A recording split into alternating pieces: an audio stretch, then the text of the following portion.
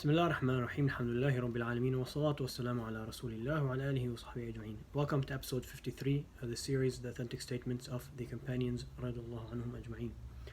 In this episode we'll take the statement of معاذ bin Jabal, and this is a bit lengthier statement, kind of like advice that he gave in one of his gatherings, gatherings of knowledge. Yazid bin Umayra narrated this. He said that Mu'adh bin Jabal didn't used to sit in any gathering for remembering Allah, for learning, for teaching, except that he used to say, Allahu hakamun qist. Allah is just. He is fair and just in his rule. Halak al-Murtabun. Those who have any doubt will be doomed. Those who doubt Allah subhanahu wa ta'ala, doubt His attribute, His justice, His rule, His judgment, will be doomed.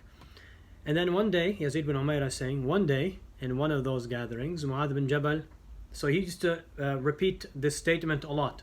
Allahu hakamun qist, halak al-Murtabun. So he used to repeat that a lot in his gatherings. But one day, Mu'adh bin Jabal said, Inna min wara'ikum fitanan. There will come, in the future, there will come a lot of trials and tribulations in which there will be a lot of money, a lot of wealth. Wealth will be widespread. And the Qur'an will be opened up, meaning it will become widespread. So much so, Mu'adh is saying, so much so that even the believer will learn it, the hypocrite, so much so that people who will learn it, he said, the believer, the hypocrite, the man, the woman, the young child, the adult or the old man, the slave, the free man.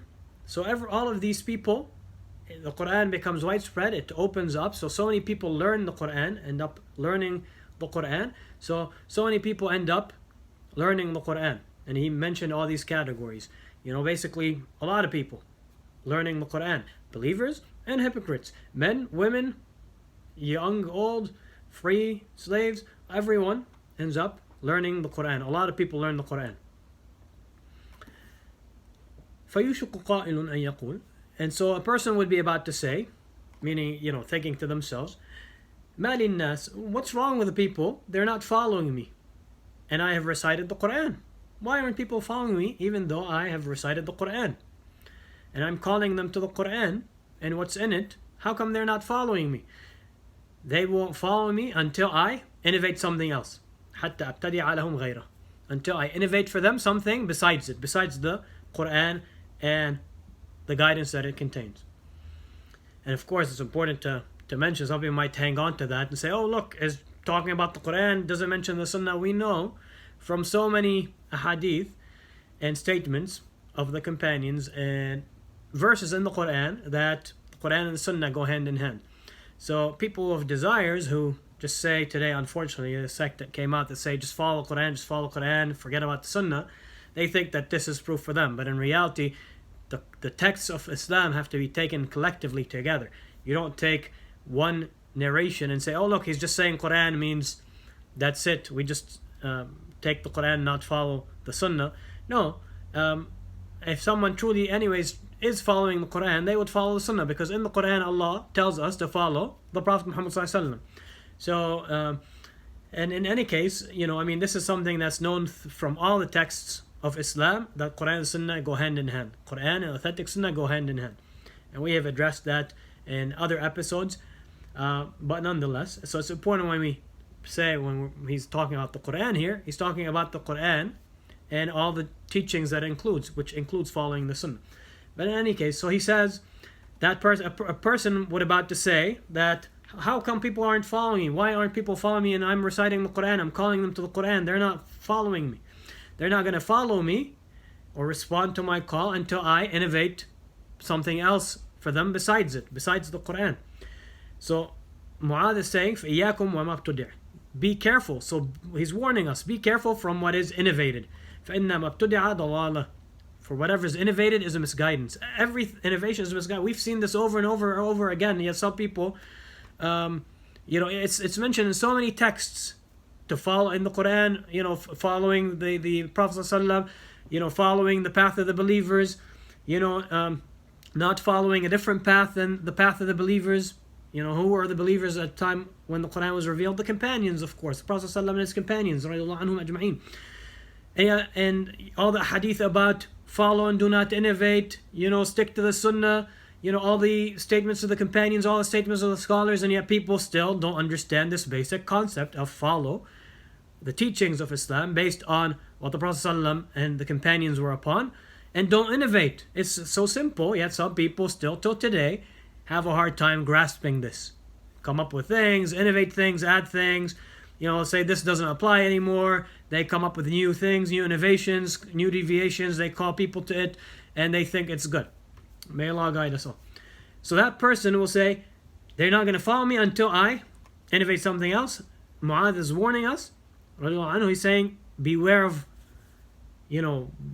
of what is innovated. For indeed, what is innovated is a misguidance. There's no way about it. And then he continues, he says, وَأَحَذِّرُكُمْ زَيْغَةَ الْحَكِيمِ, and I warn you from the deviation of a wise person or a scholar. He's warning us from the deviation of who? A scholar. Not a hypocrite, not an innovator, but a scholar. For indeed, the shaitan might say a statement of misguidance on the tongue of a scholar. And a hypocrite might say a statement of truth.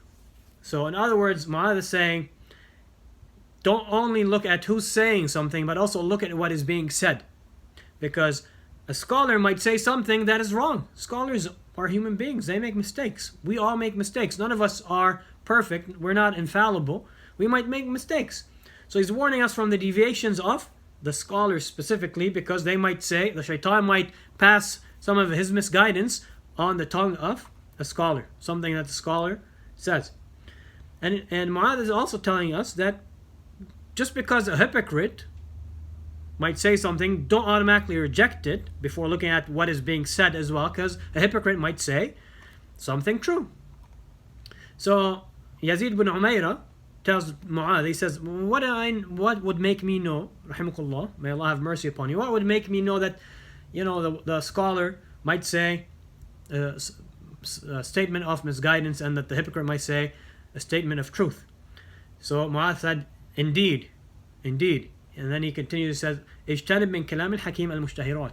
Avoid from the opinions or statements of the wise person or the scholar, المشتهرات, those that become widely spread. التي يقال ما هذه, the one about which people would say, what's this? What is he coming up with? It becomes so, you see the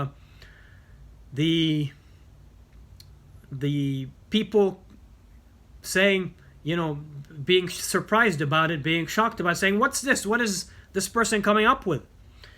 And he says, وَلَا يُثْنِيَنَّكَ ذَلِكَ عَنْهُ. Don't let that stop you from him, from learning other things that are good from him. Again, we're talking about the scholar here. And it's important, and that's a whole other topic in of itself.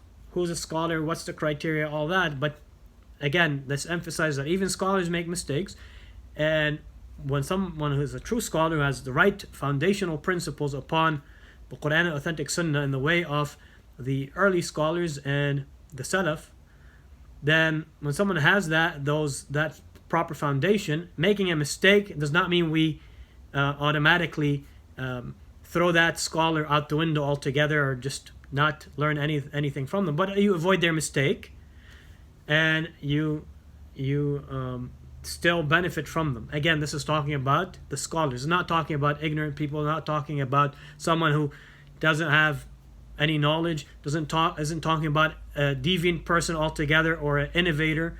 It's not talking about any of that. So it's important to understand the context of these statements, because they all fit in together. So, but he's saying, don't let that make you avoid him or turn away from him.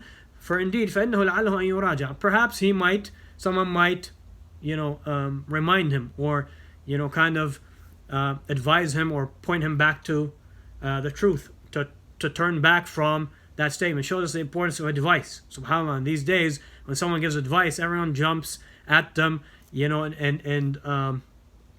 you know, I mean, we as an ummah, we need to go back to understanding the value of advice and accepting advice, and even just hearing advice out, even if we don't agree with it, because, you know, it has lots of value. It has lots of value. It's part of our deen. It's a major part of our deen. Perhaps, you know, after people, you know, remind him, his, you know, fellow Muslims advise him, people say, yeah, what's this? This is not correct. They kind of remind him and point him out towards the truth. He might go back to the truth. He might go back to the truth. And that's what we hope behind giving advice, that people go back to the truth. وَتَلَقَّ الْحَقَّ إِذَا سَمِعْتَ. And he continues and accept the truth if you hear it. Doesn't matter from who. Accept the truth. Don't let, because you don't like someone or because they might not be a good person or they say something true, you reject the truth because of who they are. Accept the truth if you hear it. It doesn't matter from who. فَإِنَّ عَلَى الْحَقِّ نُورًا. Indeed, there is light upon the truth.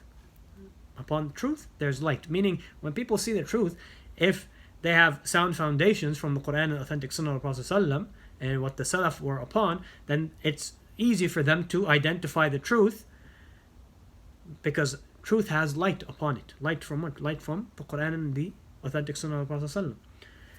So accept the truth if you hear it, because it has light upon it. You'll be able to identify it. That's why I always say, that's the end of that statement of معاذ bin Jabal radiallahu anh. That's why I always emphasize and say, tell people, know the truth, you'll know men. Know the truth, you'll know men. It's that simple. If you know truth, our foundational principles in the deen, the one that the scholars throughout history, scholars of Ahl Sunnah wal Jama'ah were upon, what the companions were upon, where the tabi'een were upon, you will know men. You'll know where people today stand with regards to the truth. It's very simple then to identify who's a true scholar, who's, you know, a deviant, who's upon the straight path of Allah, who has made a mistake. He might be a scholar but made a mistake, and what? You'll be able to identify it. You'll be able to identify the truth, and you'll be able to follow it, and you'll be able to assess and evaluate people and where they fall without being confused about people, and then thus confused about the stuff that they're bringing forth. بارك الله فيكم. جزاكم الله خيرا. والسلام عليكم ورحمة الله وبركاته.